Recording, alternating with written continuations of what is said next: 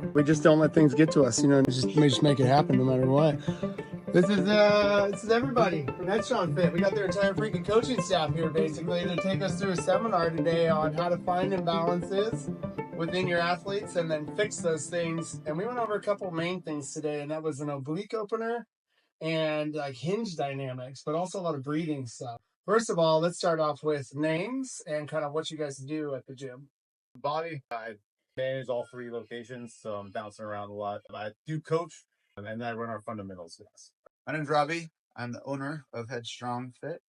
I coach mainly personal training. My name's Tom. I'm the head coach and programmer at Headstrong. That's my role. I coach a lot of the classes and have a lot of clients too. Now, Headstrong is kind of like a hybrid gym. In terms of, you walk in there, it looks very CrossFit-y, but it also looks kind of Globo Gym-y in a way. You've got machines, you've got open space, you've got kind of everything there in a way. It's like the CrossFit of gyms, I guess you could say, you know, where it's like everything inside of one gym. What made you, Robby, decide like that's the path to take? Oh, man. I dabbled in so many different modalities of strength training, and there wasn't too many gyms that had access to all these fun pieces of equipment and fun things you can do, like different styles of barbells. Or one of my favorite things I always talk about is a belt squat machine, reverse hyper, and all these cool things that you could implement into your program to maybe you are injured and you want to keep moving. You can't do the class to that full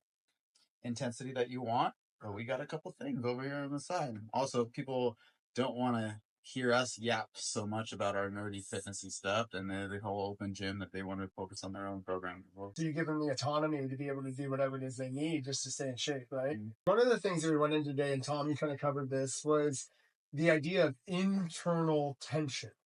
Can you go over that a little bit, Tom? Yeah, so we like to think of the body in like having 2 different movement chains. Our body works together as a unit rather than everything like separate and individual. The idea of the internal torque is everything that kind of comes in towards the body. All that tension brings everything in towards the midline. The external torque brings everything away and it's nice and explosive. Internal, we think of as more of like the structural stuff. Everything that kind of protects your spine and you want to be working to protect those muscles and those joints is internal. Everything that's like super explosive and we want to pull things away from us or jump super far, be super aggressive is more towards that PT side. The internal that we kind of went over today is important to bring that sense of safety. 95% of problems that we see with that pain and the imbalances is normally due to a deficiency in that internal tool chain because it is designed to be working more eccentrically, so when we're lowering stuff down, or isometrically when working over long periods of time. We'll make sure that we have balance here, because if we don't, that's when we start to go over, we'll start to see pains creep up. And like, I definitely felt that today during the oblique opener drill where I felt it creeping up into my neck. yeah. So Tom kept telling me to like, hey, engage your pecs and engage your upper lats and that kind of stuff. And I've never done that before while trying to engage my core muscles. And immediately the tension in my neck went away. And I can imagine, wow, that helped me in so many areas 5 years ago. Where the fuck were you? Thanks a lot. Exactly. It's like the drill we did today, the oblique opener. The main thing, or one of the main things about it is it allows you to have awareness in your body, in that internal torque chain, that you're able to contract muscles at will. Can you get them to fire together, or are you like super disjointed? And then you can start to see some things, start to see in a very safe environment. The oblique opener was on the ground. Things that happen here, you can notice it here and try and fix it before we get to the risky fun stuff. That was one thing that Bobby was talking about, which was really kind of eye-opening, was you were doing a drill with somebody where you had them almost in like a Jefferson curl position. They were legs locked out, bent over, and learning how to deadlift technically, but not really. You were teaching them how to use the right muscle groups in order to deadlift safely. And if I looked at it from the corner of the room and I saw my coach doing it, I'd be like, what the hell are you doing? You're not teaching this person how to deadlift right. But Bobby, like, walk us through that drill and what the point of that was. The goal of the hinging muscle wasn't just about the movement that you would typically do in the gym, like your deadlift at the bar. A lot of the things we do are very compound movements. So we do a lot of different, you go squats and presses torsions, and there's a lot going on.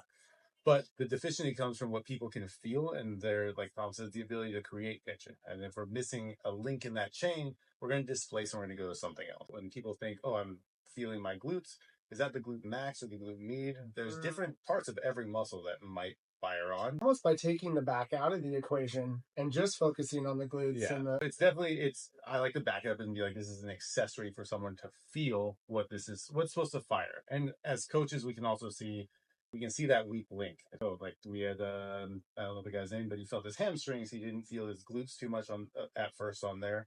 And just understanding like, oh, this person doesn't have a connection to these muscles. They're probably not feeling them correctly when we're doing this lift. Especially if we're moving fast. So when we pick up the speed, we pick up the intensity of the workout. If they can't feel that, like Tom said, in the oblique over, they can't squeeze the right glutes. They can't feel it in that safe environment. They probably can't feel it out there. I think the drill today was like that rounded back style deadlift is a great way for someone to know how to take everything that might be getting in the way, the lats, the chest, everything else that they're going on. Take that out of the equation. Let's just focus on the prime movers of this lift. And then we can go back to that compound lift. And then we can go back to the barbell. Now we have a little bit more of an idea, a little bit more tension that we're able to create to the correct muscles. That's what I took away from this the most, was that this workshop allowed me to go, we're doing back squat day, 5 sets of 5. I see somebody shifting. Hey, come on over here for a second. Let's get these glutes firing. Let's understand what you want to feel. Okay, head back over to the barbell. Let's see what that looks like now, right? Maybe it gets better, maybe it doesn't, but you're still teaching that athlete what muscle groups to fire in order to accomplish the actual movement itself. So here's the muscles that fire in that movement.